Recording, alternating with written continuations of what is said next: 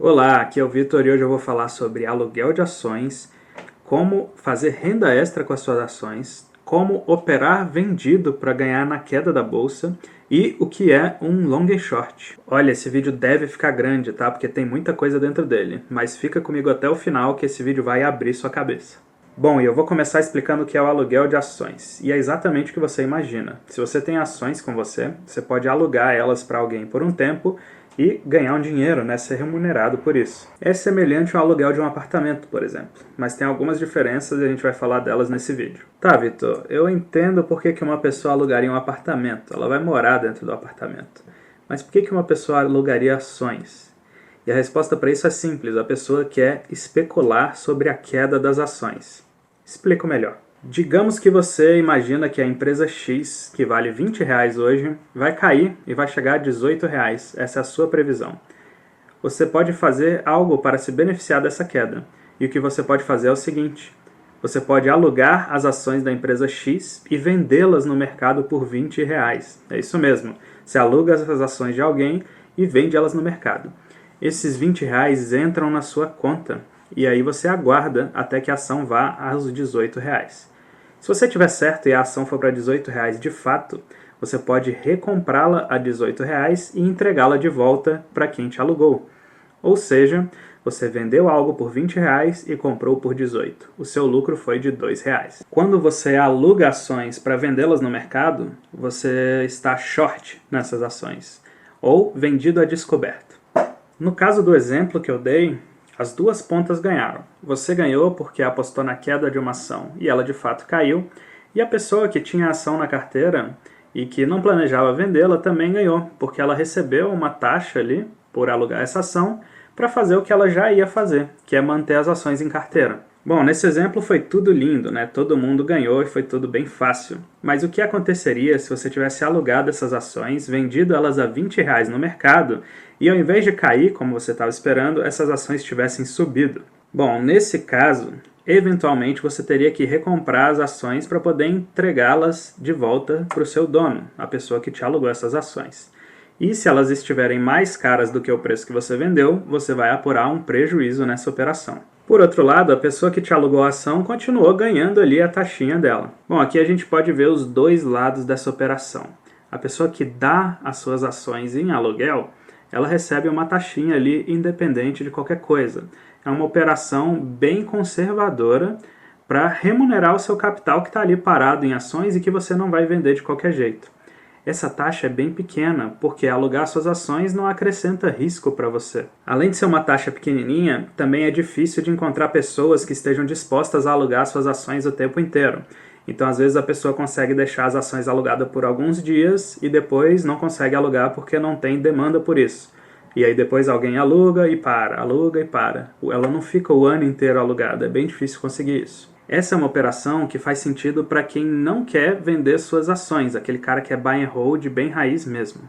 E ela remunera o seu capital em ações, a uma taxa bem pequenininha. Já tem algumas corretoras que oferecem um serviço que chama custódia remunerada. Esse serviço, o que eles fazem é simplesmente ficar correndo atrás de pessoas para alugar suas ações. É lógico que se a corretora faz todo esse rolê sozinha, né, ela procura pessoas para alugar as suas ações, ela vai acabar mordendo um pedaço dos seus ganhos também. E aí você consulta aí na sua corretora quais que são as condições e as taxas para ter uma custódia remunerada das suas ações. Bom, eu prefiro remunerar minhas ações através da venda coberta, né? A taxa da venda coberta é muito melhor do que a taxa do aluguel de ações. Se você não sabe o que é venda coberta, eu gravei um vídeo explicando isso, esse vídeo aqui. Eu vou deixar o link para esse vídeo aqui na descrição e também no primeiro comentário. E agora vamos voltar a falar de aluguel de ações. Bom, a gente falou sobre o doador das ações, que ele ganha sempre uma taxa pequena, mas que é garantida ali. E agora a gente vai falar sobre o tomador. O tomador, ele está especulando, né? Ele está tomando ações em aluguel para poder especular. Quando ele ganha, geralmente ele ganha bem, né? Ganha muito. Mas ele também corre o risco de perder, porque ele está fazendo uma especulação. Do ponto de vista operacional, tem algumas complicações, né, que você precisa entender. Tanto se você está dando suas ações em aluguel, quanto se você está tomando ações alugadas. Para quem está dando suas ações em aluguel, vale destacar as seguintes coisas. Você ainda vai receber os seus proventos normalmente, tá? Dividendos, juros sobre capital próprio, tudo isso, você vai continuar recebendo os proventos da sua ação. Os contratos de aluguel geralmente têm um vencimento que é mais ou menos em um mês, e aí eles podem ser renovados ou não, tá? Mas alguns contratos permitem que você quebre o contrato antes do vencimento, tudo bem?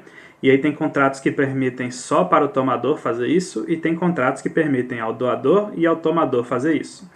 Enquanto suas ações estão alugadas, você não pode vendê-las, a não ser que você quebre o contrato. Então, se você vai dar suas ações em aluguel, garanta que esse contrato é reversível ao tomador e ao doador. A ação deve sumir da sua custódia por um tempo, é normal isso, tá? Não se assuste. E você vai ter que declarar isso no seu imposto de renda, tudo bem? Então estude bem como fazer isso aí, eu não vou entrar nisso a fundo nesse vídeo, mas dá uma procurada aí na Contadora da Bolsa, ela explica bastante coisa sobre imposto para a Bolsa de Valores. Agora, para quem toma ações em aluguel, vale destacar o seguinte: quando você toma ações alugadas, a corretora precisa garantir que você vai ser capaz de honrar o seu compromisso de devolver essas ações para o dono delas no futuro. Então, para isso, ela vai te chamar uma margem de garantia. Ou seja, ela vai tomar alguns dos seus ativos, sejam ações ou renda fixa, ou dinheiro que você tiver lá na corretora, e esse dinheiro vai ficar travado, esses ativos vão ficar travados, você não vai poder negociá-los, porque eles estão alocados em garantia. Isso é simplesmente a corretora garantindo que você vai ter dinheiro para honrar o seu contrato caso dê algum problema. Essa conta de quanta margem a corretora vai te chamar é realmente complicada, tá? E a operação também é arriscada, operar vendido é arriscado. Então, se você for vender, né, alugar ações para poder vendê-las, faça pequeno, tá?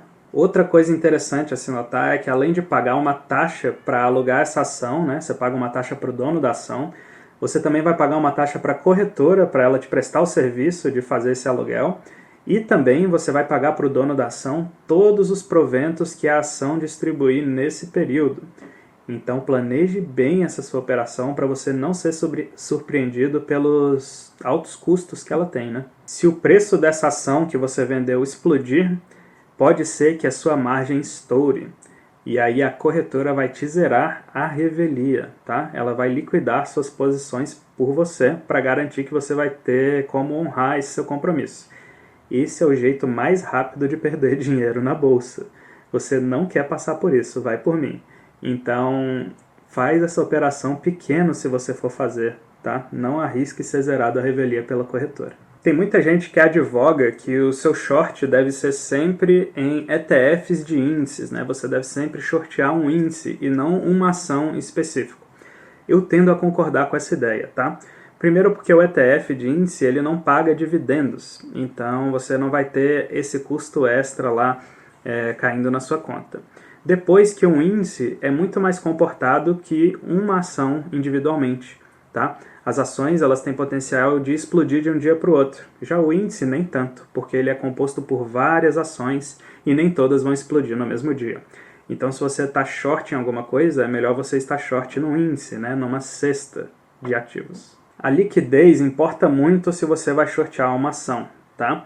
Isso porque se acabar o seu contrato ou o doador quebrar o contrato e não tiver mais ninguém querendo te alugar aquela ação, você pode ser forçado a terminar a sua operação antes da hora e provavelmente no prejuízo. Então não corra esse risco, dê uma olhada sempre na liquidez antes de você alugar uma ação. Já foi conteúdo pra caramba nesse vídeo, né? Mas eu ainda tenho que te falar sobre o long and short que eu te prometi lá no início do vídeo, tá? Então ainda tem mais esse assunto, fica comigo até o final, vamos lá. Bom, antes de te falar do long and short, eu queria te convidar para entrar no meu canal do Telegram, tá? É grátis e lá eu falo sobre várias coisas de mercado quase que diariamente, né? Um contato bem mais próximo ali.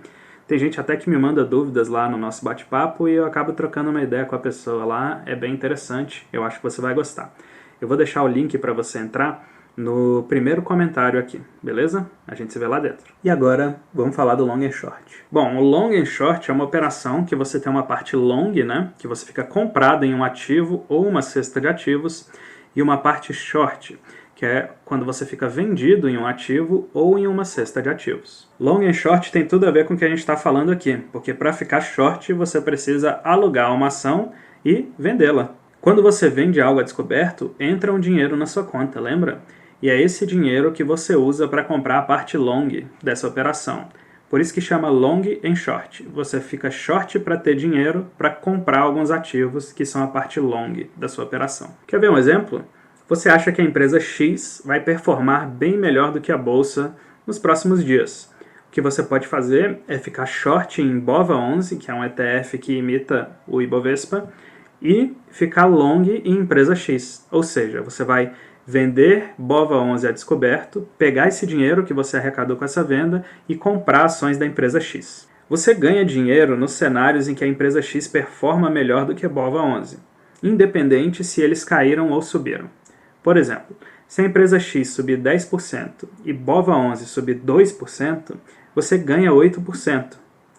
Já se a empresa X cair 6%, por exemplo, e BOVA11 cair 10%, você também ganha, mesmo que a empresa X tenha caído. Você ganha os 4%, que é a diferença entre um e outro.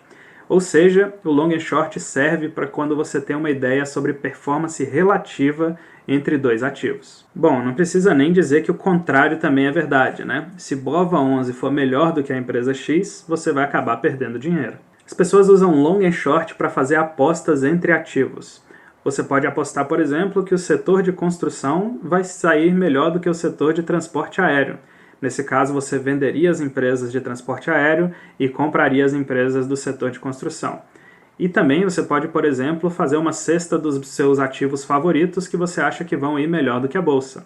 Nesse caso, você poderia vender BOVA11 e comprar essa cesta de ativos que você gosta. O long and short é uma operação bastante perigosa, porque ela é alavancada, e também que tem algumas complicações operacionais, mas ela também tem suas vantagens. Uma das vantagens é que não interessa se a bolsa está subindo, caindo ou andando de lado naquele período. O que importa é só a performance relativa dos seus ativos, se um ativo que você escolheu para ficar na ponta long foi melhor do que o ativo que você escolheu para ficar na ponta short. Essa perspectiva abre um pouco a nossa cabeça também, porque geralmente a gente só pensa em qual a boa empresa que eu vou investir. Mas no caso do long and short, você pode pensar também em quais são as empresas horríveis e que eu vou apostar contra, para ter dinheiro para investir nas boas empresas, né? Você pode fazer uma cesta de empresas excelentes e apostar contra uma cesta de empresas horríveis. Legal isso, né? Dá para operar em qualquer direção do mercado. Isso é muito interessante. Nunca é bastante lembrar que essas operações são muito perigosas, então você tem que estar 100% ciente do que você está fazendo. Controlar o seu lote, ter paciência até sua tese se provar, são duas coisas que vão te ajudar muito nisso. Além disso, é importante estudar muito, mas muito mesmo os ativos que você vai usar na operação e ter uma alta tolerância a risco, porque essas operações balançam bastante. Dá uma checada nos outros vídeos do canal que estão bem legais, deixa o seu like, se inscreve e ativa o sininho. Eu vou me despedindo por aqui, eu te vejo lá no Telegram ou nos próximos vídeos. Grande abraço!